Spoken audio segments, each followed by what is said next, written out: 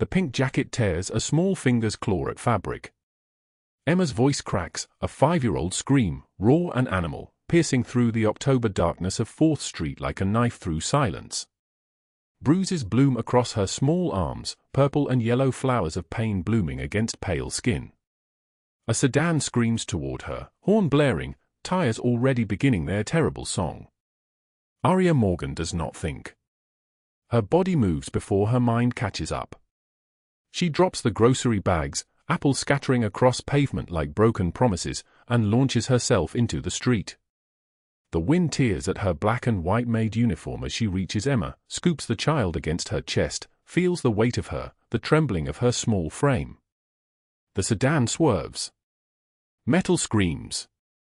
For one impossible moment, the world holds its breath. Emma crashes against Aria's body, tiny fingers clutching the uniform fabric with the grip of a drowning child. Her whimper comes out broken, fractured. "Mama hurt me again." The words land like a gunshot in the silence.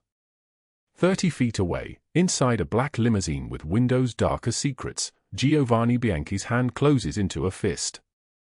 His knuckles turn white against the armrest. The man beside him, Carlo, his driver for 8 years, his witness to everything, leans forward from the front seat, confusion creasing his weathered face. "Boss, isn't that the new maid from the West Wing?" Giovanni does not answer. He cannot answer. His entire world has compressed into the size of a child's face. Emma's face. The daughter stolen 3 years ago by his ex-wife, the daughter he has spent $2 million searching for, the daughter whose absence has carved a canyon through his chest so deep he sometimes forgets how to breathe. The limousine idles in the darkness. Its engine hums like a predator at rest. Aria kneels on cold pavement, her knees scraping asphalt, dead leaves skittering past in the dry October wind. The wind cuts like a blade wrapped in ice, carrying the smell of rain that might come but has not yet arrived. She whispers to Emma, her voice trembling like a candle in a windstorm. "You're safe now. I promise you. You're safe." Even as she speaks these words, her own pocket contains exactly $5. A crumpled bill, some change, and a letter. The letter is the weight that presses hardest.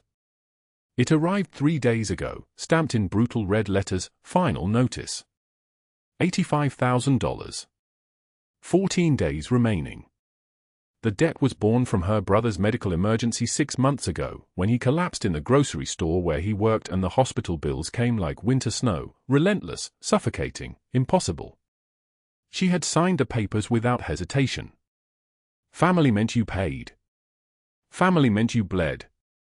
But her brother moved to Seattle 2 months later without leaving a forwarding address, and the debt remained with her like a tattoo that could not be washed away. The foreclosure notice had arrived yesterday.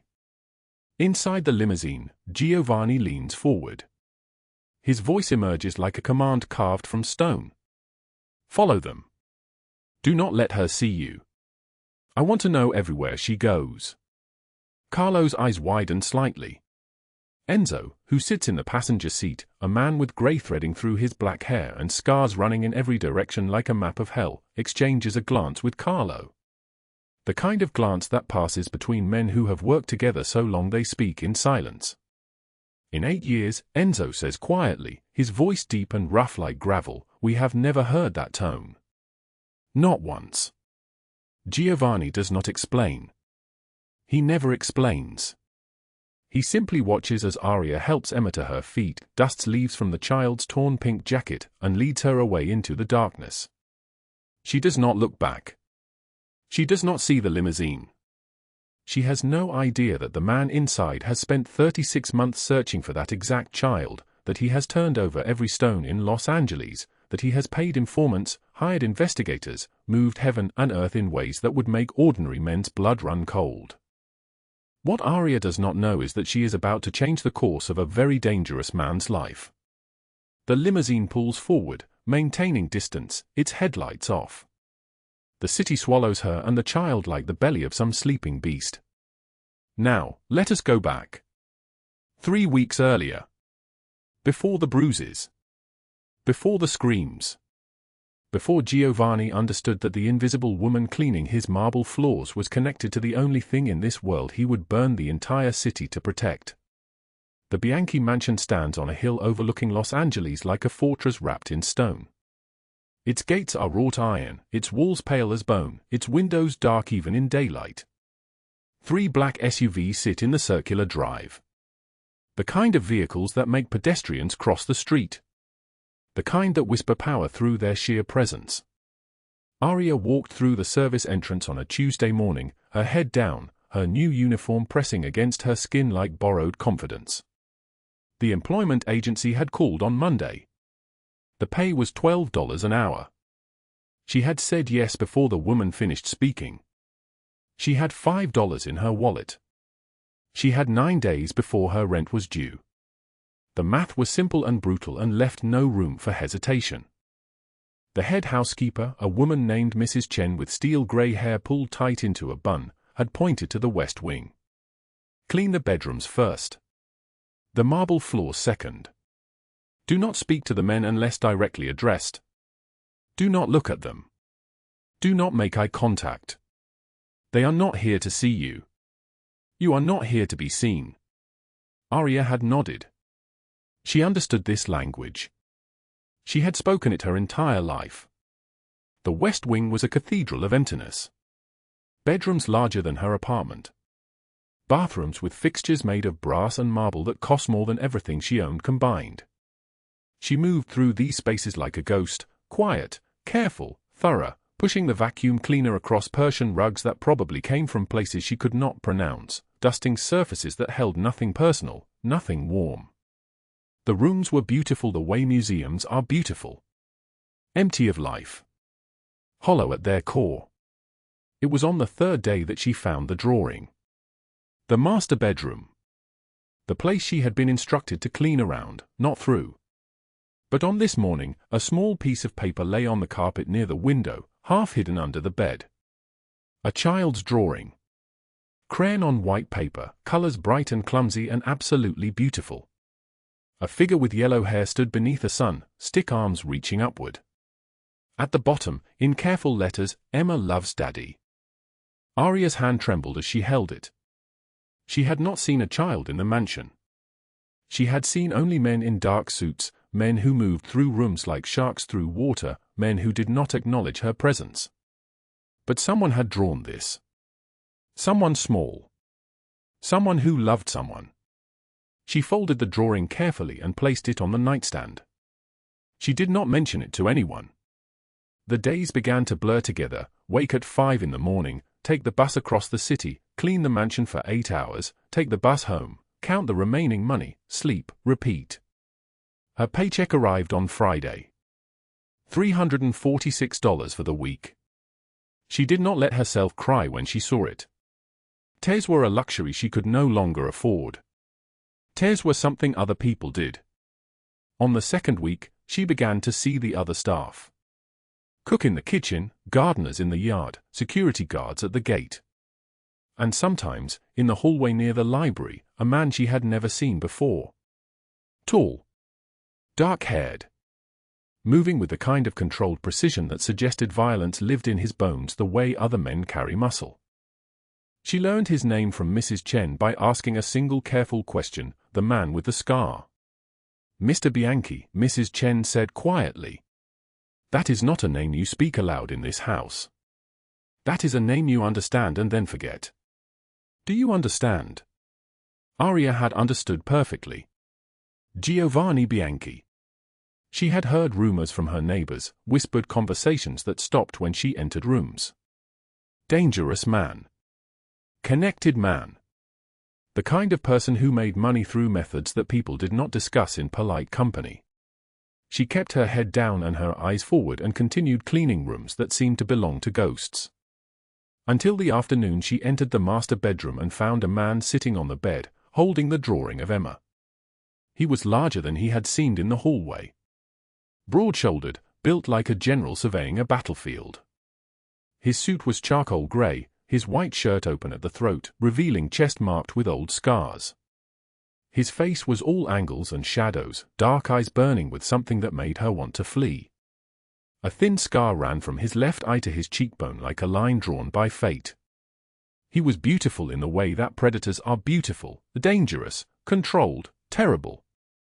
Those eyes lifted and found her. "I did not give you permission to clean this room," he said. His voice was deep and solid like an oath, like something sworn on blood. "I apologize," she whispered. Her hand moved toward the vacuum. "I will come back." "No," he said. He was still looking at her. Really looking at her, as if he was seeing her for the first time, as if he was trying to solve a puzzle hidden in her face. "You are new?" "Yes." 3 weeks. "Your name?" "Aria." "Aria Morgan." He stood. His movement was fluid, controlled. He held the drawing of Emma in his large hand. "Where did you find this?" Her heart accelerated. "Beneath the bed." "I placed it on your nightstand." "Why?" She hesitated. The truth rose in her throat. "Because it is beautiful. Because someone who loves someone drew it. Because it deserved to be where you could see it."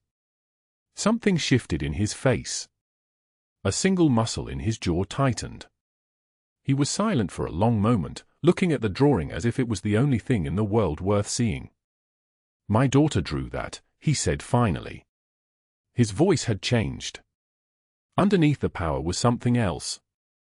Something that sounded like breaking. 2 years ago. Before her mother took her.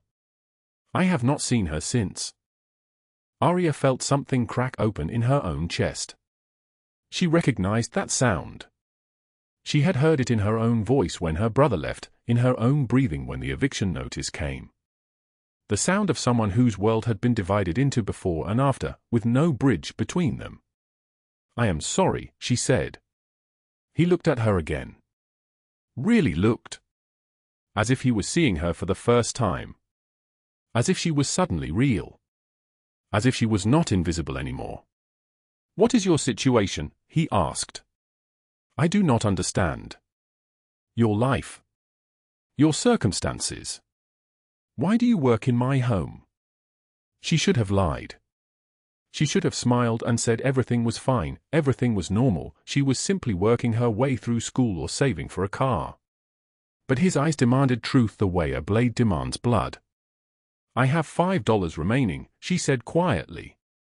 "I have 14 days before I lose my apartment. My brother left me with a debt I cannot pay. I clean your floors because it is the only job that would hire me without asking too many questions about the gaps in my employment history." The silence that followed was absolute. Even the afternoon light seemed to hold its breath.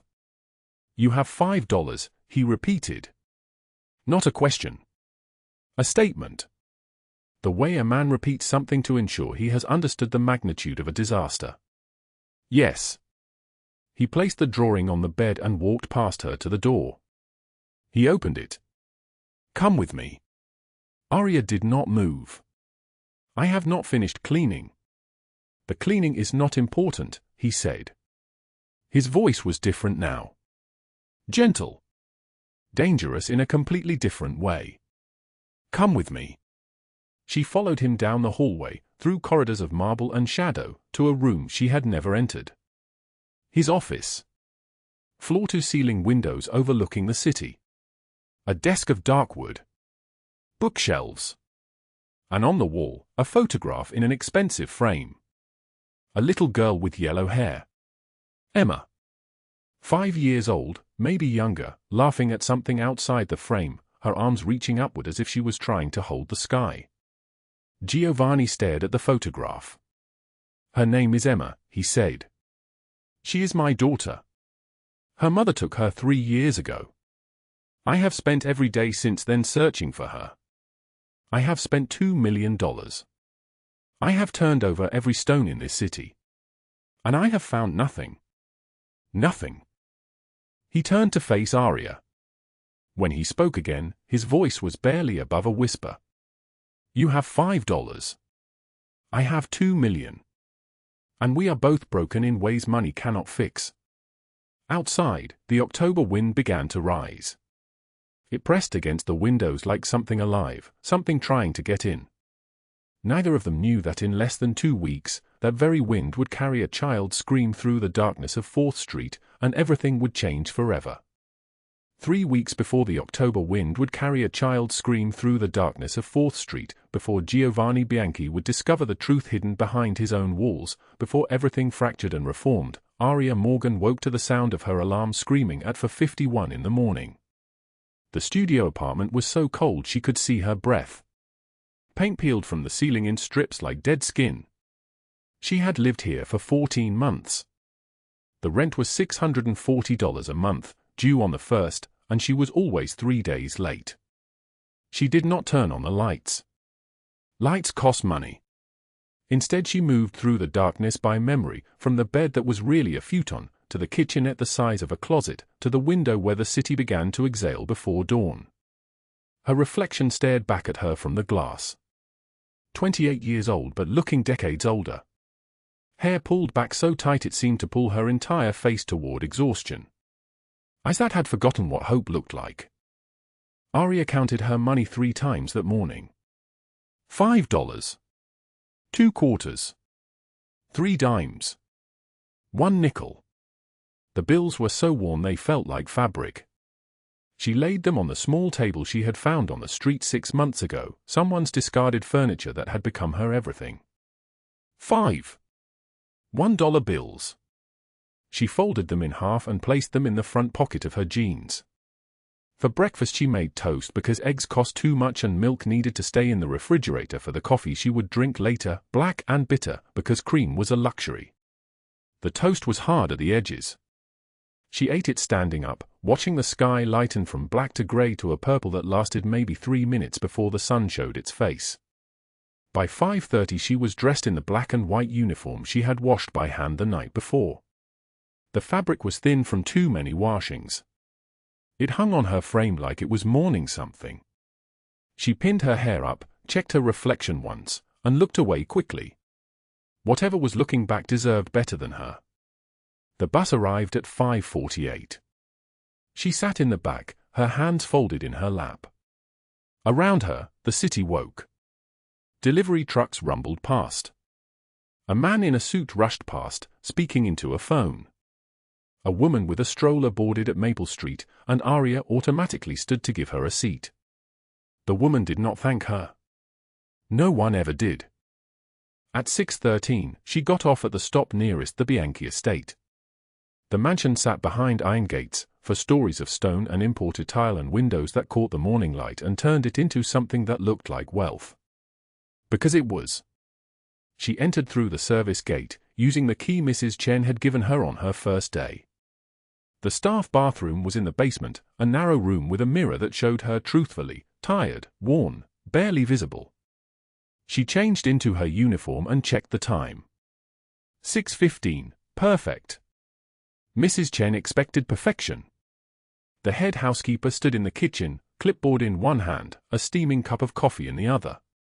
Mrs. Chen was 62 years old and had worked for the Bianchi family for 31 years. She did not smile. Smiling wasted energy. 3rd floor bathrooms, Mrs. Chen said, not looking up from her clipboard. The marble in the master suite needs polish. The office on the 2nd floor, dust only, touch nothing. Mr. Bianchi is particular about the arrangement of his things. There is a guest arriving this afternoon. The East Wing bedroom needs fresh linens. The library. I remember, Aria said quietly. You forgot to dust the crystal last Tuesday. I did not forget. The crystal was being used. Mrs. Chen finally looked at her. Her eyes were small and measuring. Forget again and you will be looking for another position. There are 50 women who want this job. 50. Aria nodded. She understood perfectly. The morning stretched into a series of rooms. The hallways were so long they seemed to have no ending. The marble floors were cool under her feet. She moved like a ghost, quiet and faithful and invisible. She scrubbed bathrooms until her hands turned red and stiff. She dusted surfaces in rooms she would never sit in, cleaning up after lives so far above her own they might as well have been happening on another planet. At 10:11, she was polishing the marble in the hallway outside the master office when she heard footsteps. Heavy. Male. Deliberate. Giovanni Bianchi walked past her without seeing her. She knew who he was the way everyone knew who he was. You lived in Los Angeles long enough, you heard about him. The name whispered in restaurants. The news reports about businesses that went legitimate or disappeared entirely. The way people's voices changed when they said his name. The way grown men looked at their feet when he walked past. He was tall. 6'2", maybe 3. His suit cost more than everything she owned. His hair was dark, silvered at the temples. There was a scar running from the corner of his left eye to his cheekbone like someone had tried to cut his face in half. His hands bore other scars. Older ones. The kind that came from living a life Aria could not imagine. She pressed herself against the wall and kept her eyes down. He did not even register her presence. To him, she was part of the architecture. A fixture. No different than the mahogany paneling or the paintings that cost more than her yearly rent. He passed her and disappeared around the corner, his footsteps echoing long after he was gone. 3 days later, she cleaned his office for the first time. It was enormous. Windows that looked out over the city. A desk of dark wood so old it seemed to contain centuries. Bookshelves that climbed toward the ceiling. And on the wall, a photograph in an expensive frame. A little girl with yellow hair, maybe 5 years old, laughing at something outside the frame. Her arms were reaching upward as if she was trying to hold the sky. Aria stared at the photograph for longer than she should have. She knew this child. She knew her from Tuesday and Thursday nights. From the Harbor House shelter downtown where Aria volunteered after her shifts, reading stories from the library to children who had no other place to go. The little girl's name was Emma. She was small for her age. She had bruises that appeared and disappeared like terrible magic. She asked questions that broke your heart. Aria very carefully repositioned the photograph, moving it until the morning light would catch it at exactly the right angle. Someone else had moved it before. The photograph sat at an awkward angle, as if whoever had moved it did not understand how light worked. Aria fixed it. She stepped back. She looked at the little girl's laughing face and then she dusted the rest of the office and left without touching anything else. That evening, at the Harbor House, Emma was sitting alone on a cot, her legs folded beneath her. Her left arm had a bruise shaped like a fingerprint. Aria sat beside her and did not ask where the bruise came from. She had learned that asking questions made children cry. "I brought you something," Aria said. She placed a granola bar on the cot beside Emma. It was the kind with honey and oats. It had cost her $2 at the corner market, which meant $2 from the $5 that needed to last her until Thursday. Emma looked at the granola bar like it was made of gold. "Is it for me?" Emma asked. "All for you." Emma unwrapped it slowly, as if unwrapping something precious.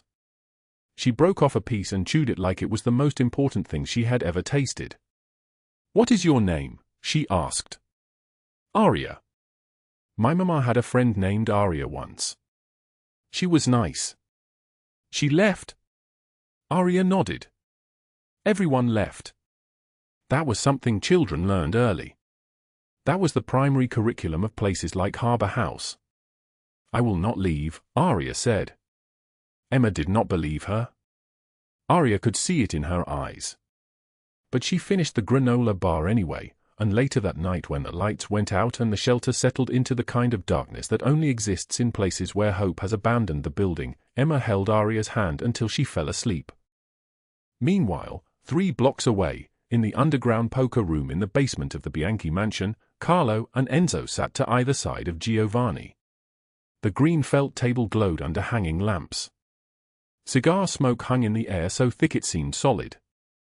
A debtor named Marcus sat across the table, his hands shaking so badly he could not pick up his cards. "You have 48 hours, Giovanni said." His voice was quiet. A whisper. It was the quiet that made men's hearts stop. "Then we come to collect." Marcus nodded. He understood perfectly. Giovanni looked at his cards without any expression at all. He had been playing poker since he was 7 years old, hiding in his mother's closet while his father screamed about money on the other side of the door. His father had taught him that emotion was a weakness that got you killed. His father had taught him many things before the heart attack took him at 53, in a room with another man's wife, his knuckles scarred from hitting his own family. Giovanni had sworn that night, in a bathroom at the hospital where his father was being pronounced dead, that he would never be like that man. He would protect people.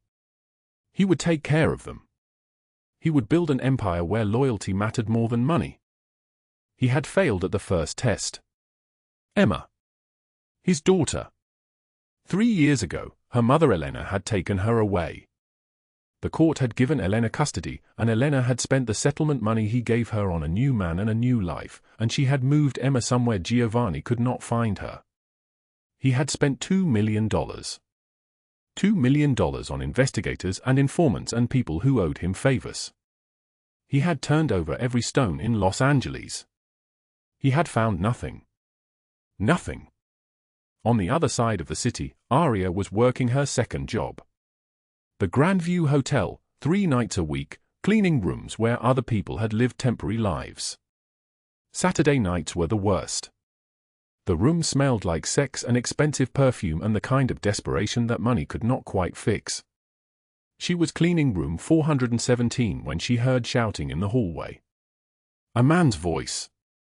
A woman's voice, higher and cruel. The door was open. Aria could see Victoria Ashford walking past, dragging a young maid along by the arm. Victoria was 47 years old and looked like she had been carved from ice. Her hair was blonde and perfect. Her suit cost more than Aria's car, which she did not own. Her smile was the kind that made people understand that she despised them. "You are incompetent," Victoria was saying. "Absolutely incompetent. Do you know how many people want your job? Thousands. Thousands of people would do what I am asking. You are lucky I do not fire you right now." The young maid had her head down. She was crying silently, the way people cry when they have learned that tears do not actually change anything. Aria looked away. She had learned a long time ago that witnessing other people's humiliation was a private thing. You did not watch. You pretended you did not see. But she remembered. The face of the woman who enjoyed humiliating people. The name everyone whispered in the staff bathroom. Victoria Ashford. Wife of a restaurant owner. Owner of the Grandview Hotel, and 3 other hotels, and enough money to buy and sell people like they were furniture. 3 days later, on a Tuesday evening, Aria received a letter. It came to her studio apartment, to an address she had given to a hospital 2 years ago. The envelope was white and official and the kind of thing that made your stomach drop when you saw it. Inside was a notice. A final notice. Stamped in red ink. Outstanding balance, $85,000. Due in full within 14 days or legal action will be taken. The debt came from her brother. 2 years ago, he had collapsed at work. The doctors had found a mass in his brain. Surgery. Recovery. Medication. Her parents were dead. She had no one else. She had signed the papers. She had become responsible for $85,000. She had been paying what she could. $50 here. $30 there. But there was always rent. There was always food. There was never enough. 14 days. She did the math the way she always did the math, moving the numbers around in her head, looking for a solution that was not there. 14 days until she lost her apartment. 14 days until she had nowhere to go. 14 days until she ended up at Harbor House herself, sleeping on a cot, eating granola bars that other people brought her. That night, at 11:37, Aria sat in her studio apartment in the dark and held the letter in her hands. The paper was thin but it felt heavy. It felt like the weight of everything that had gone wrong, compressed into a single piece of official documentation. She did not cry. Her tears had dried up somewhere on a Greyhound bus 7 years ago, heading away from her hometown, heading toward a city that had turned out to be just as cruel as the place she left. She folded the letter and placed it on her small table, next to the $5 she had earned that day. $5,085,000. The mathematics of her life. At that exact moment, in the basement of the Bianchi mansion, Giovanni Bianchi sat alone in his office and stared at the photograph of Emma. Her eyes were laughing at something outside the frame. Something he could not see. He did not know that in 5 days, a woman named Aria Morgan would bring Emma to his office for the first time. He did not know that his daughter had been sleeping 3 blocks away, at a shelter downtown, for the past 4 months. He did not know that the maid who cleaned his floors had been feeding his daughter with money she did not have. He did not know that everything was about to change. The apartment was silent except for the sound of Aria's breathing, thin and measured like a woman rationing oxygen.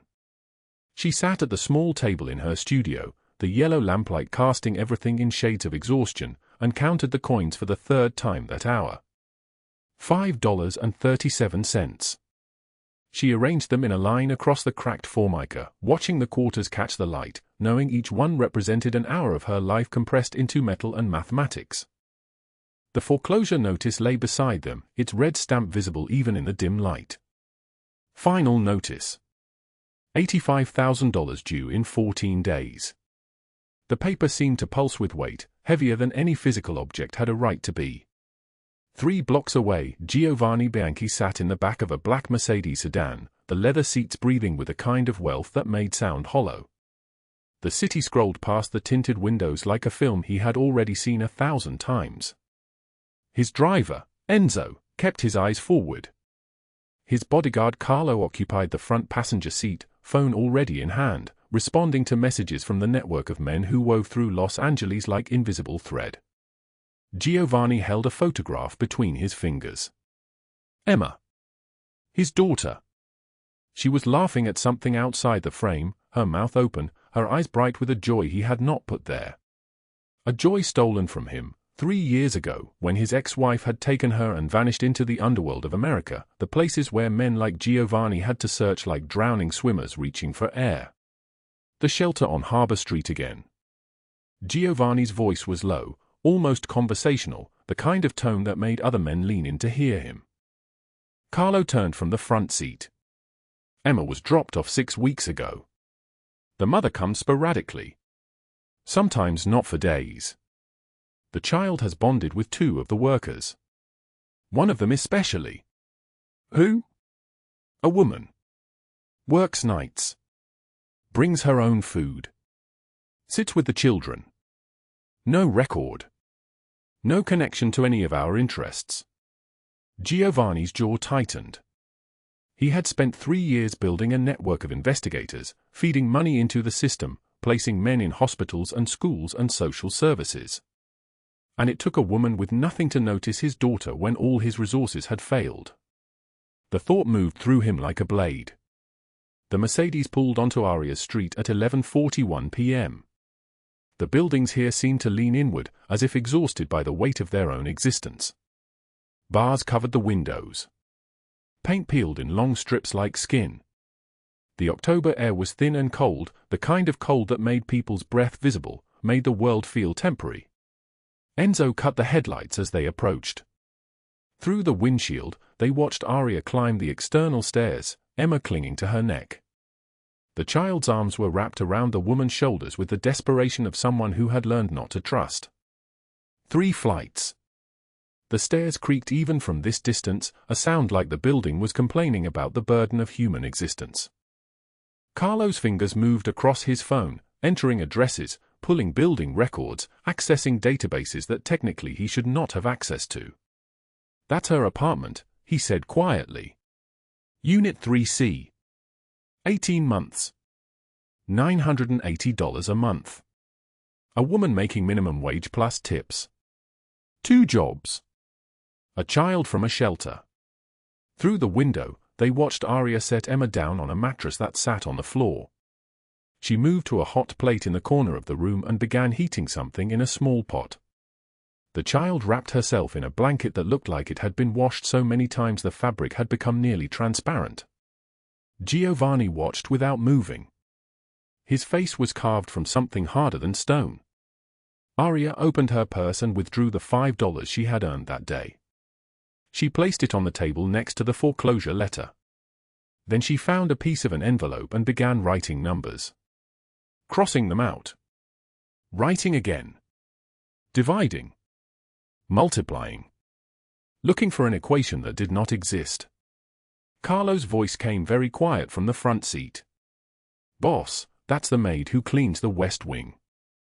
She's nobody." Giovanni's response came like something breaking. "She's protecting my daughter. Find out everything. I want to know every breath she has taken since birth." The mathematics of the next 4 days happened in shadows and phone calls and digital records spread across screens in the basement office of the Bianchi compound. Carlo built a file the way other men built monuments. Aria Morgan, 28 years old, no criminal record, graduated from Roosevelt High with a 3.4 GPA, entered community college, withdrew after 2 years. Why? A brother. James Morgan. Died 14 months ago. The death certificate listed complications from kidney failure. The hospital bills totaled $270,000. She had paid off $85,000 of them herself, working double shifts, rationing food, becoming the kind of person who understood deprivation the way other people understand breathing. They found Douglas Hale next. 38 years old, slicked back hair, cologne that announced him like a warning. Manager at Rosso's, the Italian restaurant where Aria worked weekend nights. The restaurant's tip jar showed a pattern: a server would work, the tips would be logged, and then they would disappear. 5 servers had quit in the past 16 months. 3 of them had filed complaints about harassment. The complaints had been filed with the owner, a man named Giancarlo, who apparently had decided that losing staff was more manageable than confronting his manager. Victoria Ashford came next. 42 years old, married to money, dripping in diamonds the size of threats. She lived at the Grandview Hotel for 6 months out of every year, treating the space like a personal palace. Aria had cleaned her room twice. Both times, Victoria had found reasons to complain.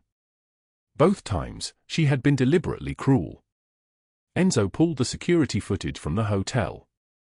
Victoria snapping her fingers at Aria. The key hitting Aria's chest. The deliberate humiliation performed for an audience of equally wealthy friends, women who laughed because that was what you did when someone like Victoria performed cruelty. That was the ritual of that world. Giovanni watched the footage without expression, but his hand clenched into a fist and remained that way. Thursday morning arrived grey and mild. The west wing of the Bianchi mansion smelled like lemon polish and old books. Aria was dusting the library shelves, moving through the space the way she moved through all spaces, efficiently, invisibly, like a ghost who had learned that appearing could be dangerous. Giovanni stood in the doorway for a full minute before she sensed him. When she did, her entire body flinched. The cloth fell from her hands. She immediately dropped her gaze, every muscle tensing in that particular way that people develop when they have learned that authority can hurt. "Look at me," Giovanni said. His voice was quieter than she expected. It was a voice that did not need volume because it carried the weight of certainty. She raised her eyes. He was taller than the room should have allowed, broader through the shoulders, dressed in a charcoal suit that probably cost more than 3 months of her rent. But his eyes were what stopped her breathing. They were looking at her with an intensity that felt like drowning. "The child you have been protecting," Giovanni said. "Emma. Where did you find her?" Aria's heart hammered against her ribs. "At Harbour House, sir. She's been there 6 weeks. Her mother drops her off and disappears for days. I couldn't leave her there alone." Giovanni stepped closer. From the doorway, Carlo and Enzo exchanged a glance that held the weight of recognition. In 15 years, they had never seen him move toward a woman like this. Never seen his expression soften. Never seen him ask a question as though the answer actually mattered to him as a human being rather than as information to be catalogued and filed. "Why?" Giovanni asked. "You have nothing. You work 2 jobs and you are drowning in debt. Why would you take her in?" Aria's chin lifted. Defiance emerged from somewhere beneath the exhaustion. "Because no child should feel that alone. Because I know what it's like when no one comes. Because she was sleeping on a cot surrounded by strangers and she cried every night until I held her." The library seemed to contract around them. The clock on the mantel ticked. Outside, Los Angeles continued its indifference. Giovanni was quiet for a long moment. Then he said, "Tell me about your brother." Aria's voice broke open. She told him about James, about the emergency room at 3 a.m., about the surgery that cost $140,000, about the second surgery 6 months later that cost another $90,000. She told him about her brother's hand shaking as he apologized for ruining her life. She told him about standing in the hospital hallway the night he died, knowing she had failed to save him, knowing that money had become the thing standing between her and mercy. When she finished speaking, Giovanni was still looking at her with that impossible gentleness. "I will clear your debt," he said. "No." Aria shook her head. "Why would you help me? I'm nobody. I clean your floors. I don't even exist to people like you." Giovanni's response came measured and final. "Emma is my daughter. My ex-wife took her 3 years ago. I have been searching for her every day since. You protected her when you had nothing. That makes you everything." That night, Aria arrived at Rosso's at 6 p.m. and found Douglas Hale waiting in the storage room, his body blocking the door like a lock. The air smelled like garlic and spilled wine and something else, something rotten underneath. "You're short on your table count again," he said. His cologne was suffocating. "I'm not short. You're stealing from the tip jar." Douglas's smile became something dangerous. "Prove it. And while you're at it, maybe I'll tell the owner you've been skimming. How much do you owe? 80,000? 90? You've got nowhere to go, sweetheart." Sunday morning at the Grandview Hotel, Victoria Ashford held court in the lobby. 3 wealthy friends surrounded her like court attendants. When Aria passed with fresh towels, Victoria snapped her fingers. "You. My room wasn't cleaned properly. There was a wrinkle in the duvet." Aria's voice came small and careful. "I'll send someone up immediately." Victoria's laugh was performance. "Send someone? You'll do it yourself. On your knees if necessary. Do you understand what I'm saying? Do you comprehend my value?" The key hit Aria's chest and fell to marble. "Pick it up." Aria bent. She retrieved it. Her jaw clenched so tight her teeth ached. But what neither of them understood was that Giovanni's men were already gathering evidence. Photographs. Digital records. The truth moving through the system like poison through water, slow and impossible to stop. That night, Douglas Hale made a phone call from his car. His voice was tight, urgent. "She's becoming a problem. The maid. She's talking about the tips. We need to handle this before she ruins everything we've built." On the other end of the line, someone breathed. Someone listened. Someone agreed. Word count, 1,847. The rain fell hard on the parking lot of Rosso's restaurant at 11:38 on a Tuesday night, October rain that came in sheets and turned the asphalt black and slick like a mirror.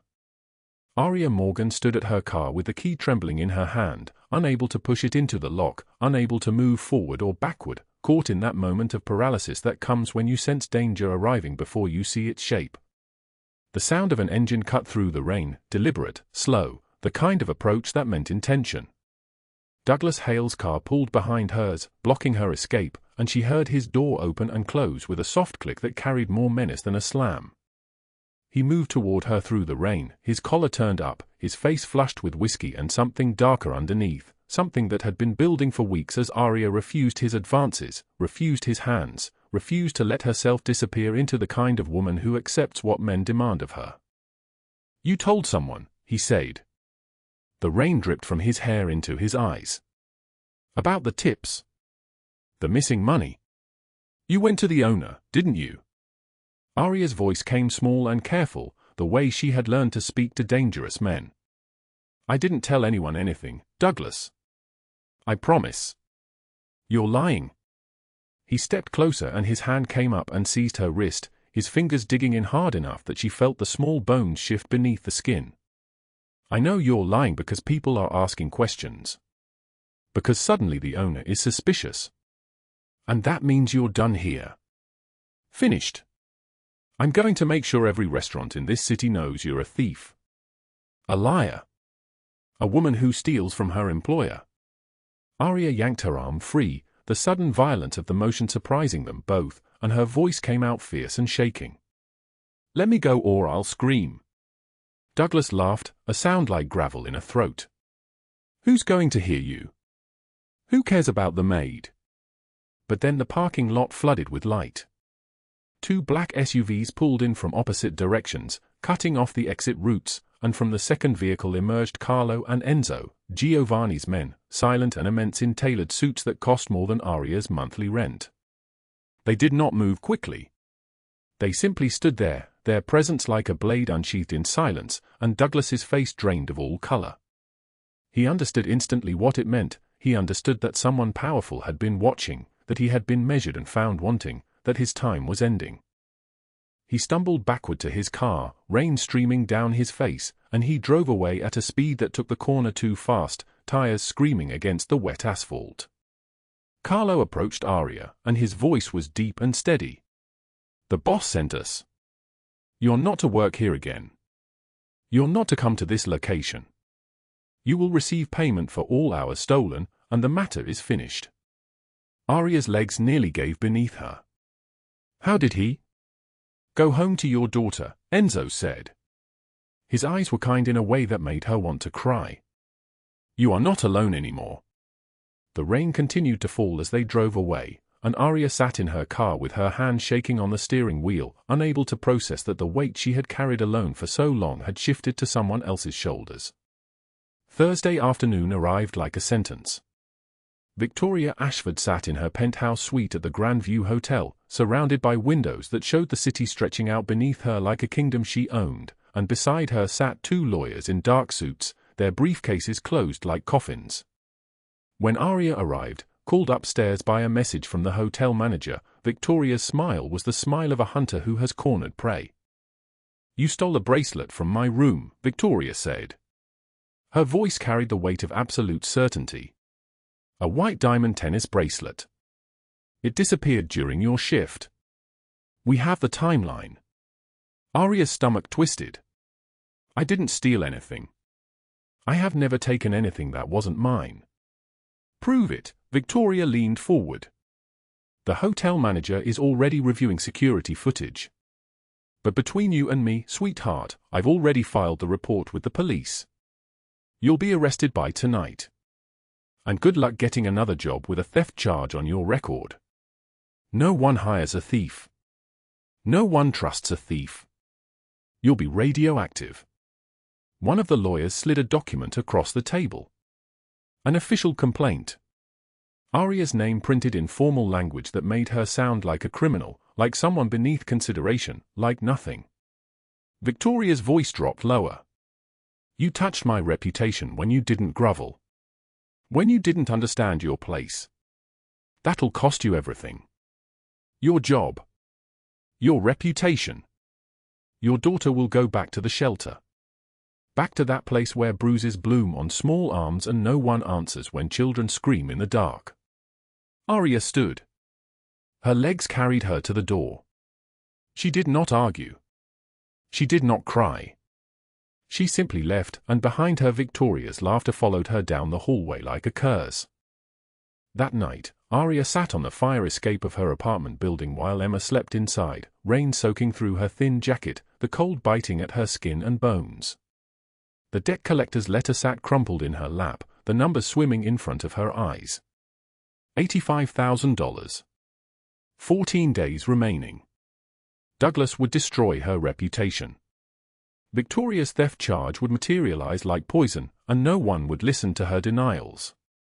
Emma would return to the shelter. The cycle would continue, turning like a wheel that could not be stopped.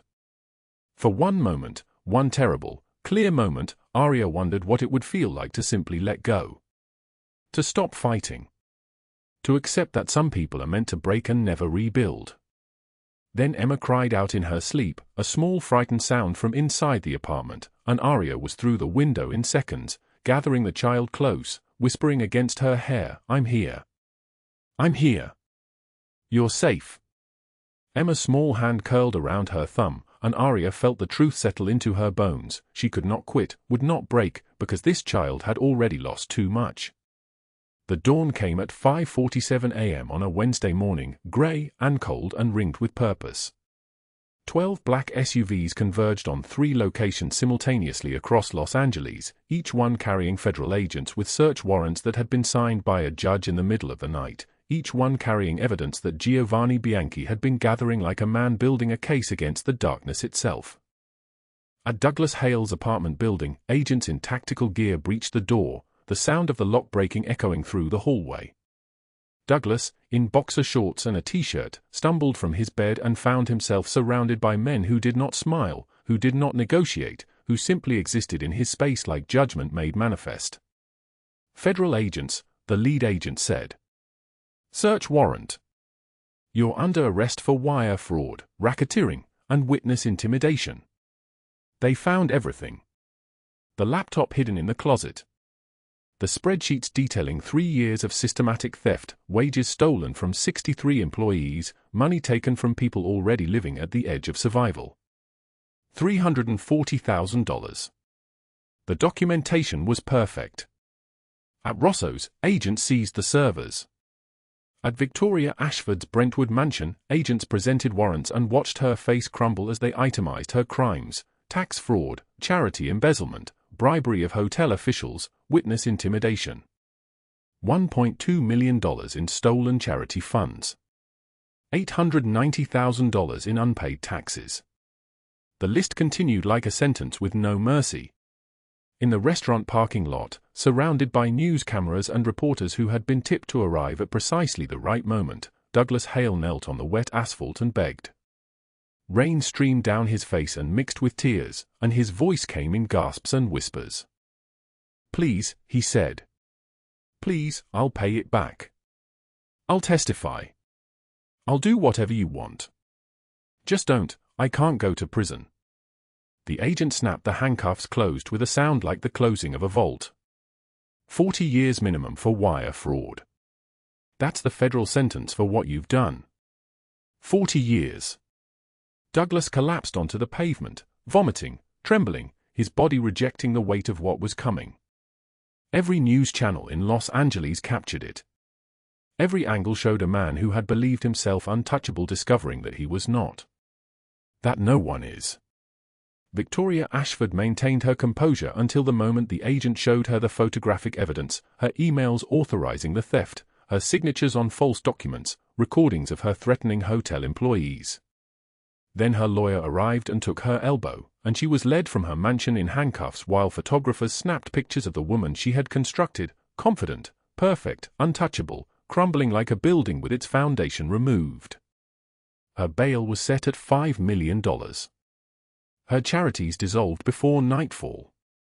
The headlines wrote themselves: Beverly Hills socialite arrested in massive fraud scheme. By morning, every network in the country had the story. By noon, it trended worldwide. Not death, Giovanni had insisted. Death would be too quick, too easy, too merciful. Systematic destruction was what he demanded. Their reputations obliterated. Their freedom stripped away. 40 years behind bars to contemplate the weight of cruelty. Aria watched the news in her apartment with Emma curled against her side, the child sleeping through the announcements, and she could not process how her world had shifted overnight. The woman who had been nobody, invisible, a maid in a uniform made of forgetting, had somehow become someone worth protecting. Someone worth fighting for. Someone whose life mattered enough that the most powerful man in this city had dismantled her enemies with precision and care. She pulled Emma closer and whispered a prayer, not to any god, but to the universe, to the possibility that kindness was not weakness, that sometimes the strongest people are those who choose to protect the broken. Outside, the rain continued to fall on Los Angeles, washing the streets clean. 1 year later, the October wind carries Jasmine through the penthouse at 2847 Wilshire Boulevard, and Aria Morgan stands on a balcony suspended above Los Angeles like a woman who has finally learned to breathe. The city spreads beneath her in scattered diamonds, streetlights, car windows, the distant glow of office towers where other people count minutes and survival in equal measure. She wears a midnight blue dress that cost more than a month of her old rent, her hair loose against her shoulders, her posture no longer bent into invisibility. The black and white uniform of the forgotten has been replaced with tailored fabric and the weight of choice.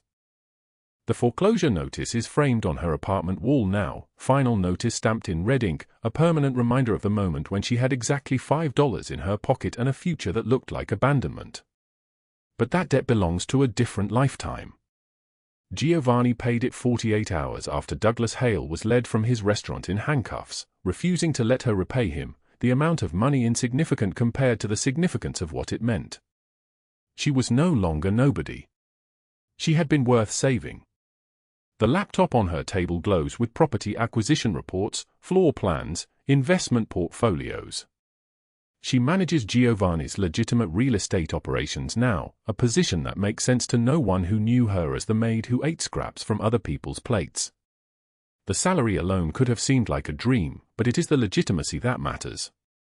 The work. The building of something real. Emma comes 3 times a week, her small hand holding Aria's as they walk through the penthouse, the child marveling at the height, at the view that extends toward the ocean. Legally, Emma belongs to Giovanni again. The custody battle dissolved like salt in water once the evidence against her mother surfaced, records of neglect, documentation of the shelter, Giovanni's lawyers moving like precision instruments. But Emma asks for Aria. Always Aria. Will you be here? She asks each time before leaving, and Aria kneels, cups her small face, always. I promise you always. 3 months have passed since Aria has seen Giovanni in person. 3 months of phone calls at dawn, text messages about acquisitions, professional distance maintained with the careful precision of 2 people who have survived by keeping distance. She tells herself it is appropriate. Necessary. The debt of gratitude has been paid. The favor has been returned. She has a life now, a career, a salary that allows her to breathe without counting every penny, and that should be enough. The knock on the door arrives at 7:27 in the evening, and she knows who it is before she opens it. Giovanni stands in the hallway in a charcoal suit, no guards flanking him, no lieutenants maintaining distance. Just him. The scar running from eye to cheekbone catches the hallway light, and his eyes, dark as a storm preparing to break, find her face and hold. May I come in? His voice is deep and solid like an oath. She steps aside, and he enters the space she has built with her own hands, surrounded by evidence of her resurrection. He moves to the balcony without asking, and she follows, the city breathing below them in steady waves of light and sound. The wind carries car horns, distant sirens, the hum of a million lives colliding and separating in the dark. I owe you a truth, Giovanni says, and his hands grip the balcony rail like he is holding himself down. I have carried it for a year, and it grows heavier instead of lighter. Aria turns to face him, the city at her back now, her silhouette framed in light. You owe me nothing. You saved my life. You saved Emma's.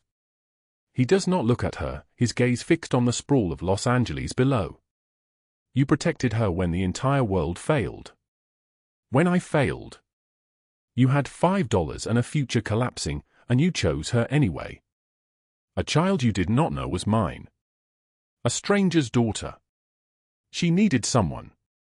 Aria's voice is trembling like a candle in the wind. Everyone deserves someone who will stay.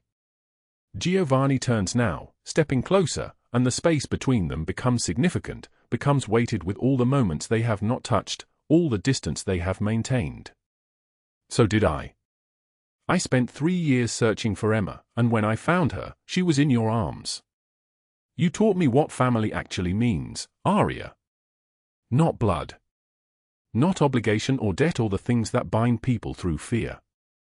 Choice. The choice to stay when the storm arrives. Her breath catches somewhere between her lungs and her throat. I have spent this year trying to convince myself that gratitude is all I feel. That respect and admiration and debt, that those words are sufficient containers for what you mean to me. They are not. He raises his hand, and his fingers trace the line of her jaw with the gentleness of a man who has spent his life wielding violence, learning finally how to be tender. You are the first person in 15 years who has looked at me and seen something worth protecting instead of something to fear. I see you, Aria whispers. I've always seen you. Their first kiss is gentle, tentative, tasting like the city wind and possibility. The city lights blur, and for the first time in both their lives, the armor comes down completely. When he pulls back, his forehead rests against hers, and she can feel him breathing, can feel the tremor in his shoulders that speaks of walls finally surrendering. The next morning, Giovanni brings her to the mansion, and Emma runs from the kitchen with flour still dusting her small hands. She had been baking with Carlo, who disappears into the hallway with the discretion of a man who recognizes sacred moments. Emma wraps her arms around Aria's waist, and the embrace is so complete, so certain, that Aria feels something crack open inside her chest. Are you staying? Emma's voice is small and hopeful. Are you really staying this time? Aria kneels, cups the child's face between her palms. I'm staying. I promise you, I'm staying. Emma's eyes move between them, her child's logic processing quickly. Does this mean you're going to be my mom? Aria's tears fall freely then, and Giovanni's hand settles on her shoulder, steady and sure. She nods, unable to form words, and Emma's laugh is pure sunlight breaking through clouds that have obscured the sky for so long. At the dining table later, Emma chatters about her school play, about the role she will perform, her laughter echoing off marble that once felt cold and lifeless. She is 6 years old now, her hair ribboned, her confidence blooming like something that has finally been given permission to grow. Aria's hand rests on the table, and Giovanni's fingers brush hers, a quiet intimacy that needs no announcement. It simply exists, like gravity, like the earth turning beneath them. Carlo and Enzo appear in the doorway, and Carlo murmurs something to his partner that Enzo answers with a grin. In 15 years of serving Giovanni Bianchi, neither man has witnessed this, their boss's hand resting on a woman's shoulder, his attention divided, his walls dismantled piece by piece. They exchange a look that says everything, she's good for him. For all of them. 3 blocks from the mansion, Douglas Hale sits in a federal prison cell in an orange jumpsuit, cleaning kitchen floors, exactly the invisibility he forced on others for so many years. His sentence is 40 years, a lifetime to contemplate the weight of cruelty. Victoria Ashford occupies a cell in a minimum security facility, her designer wardrobe replaced with standard-issue grey, her empire a memory whispered in the dark. Justice served cold and complete, systematic destruction exactly as Giovanni demanded. Not death. Death would have been too quick, too easy, too merciful. Aria has not forgotten the person she was. The maid in the black and white uniform. The woman with $5 to her name and a foreclosure notice stamped final notice. She runs Giovanni's real estate division now, oversees a team of 3 assistants, and every single one is a woman who came from nothing, who needed a chance, who reminds her of survival. She does not forget. Harbour House expansion opened 6 months ago, a wing that bears no name but carries her signature in every detail. 20 beds. A full-time counselor. Art supplies and children's books and the constant presence of people who have chosen to stay. Every Tuesday, Aria reads to children who need to know that someone will remain, that invisibility does not mean that you do not matter. The final evening arrives as sunset bleeds gold across the mansion terrace, and Emma runs through the garden below, chasing fireflies that dance like small stars falling to earth. Giovanni wraps his arms around Aria from behind, his chin resting on her shoulder, and she leans into him completely. "A year ago, I had $5 and a foreclosure notice," she says softly. "Now I have everything." "How does that happen?" "You chose to protect a child you did not know was mine." His voice settles against her ear like a promise. "You chose to fight when quitting was easier. You chose to stay when the storm arrived. That is not luck. That is who you are." Emma's laughter rises from the garden, bright and certain, and Aria understands finally that family is not always bound by blood but by those who choose to stay when the storm arrives. She reaches for Giovanni's hand, and he laces his fingers through hers, the city breathing below them, the mansion warm with light, and for the first time, this fortress is not a place of control. It is a home. If this story moved you, drop a like and share it with someone who needs to believe in second chances. Subscribe because tomorrow, we have another story about love, power, and the courage to fight for what matters. Comment below, do you believe people can change, or are we all prisoners of who we were? Let's talk. See you in the next one.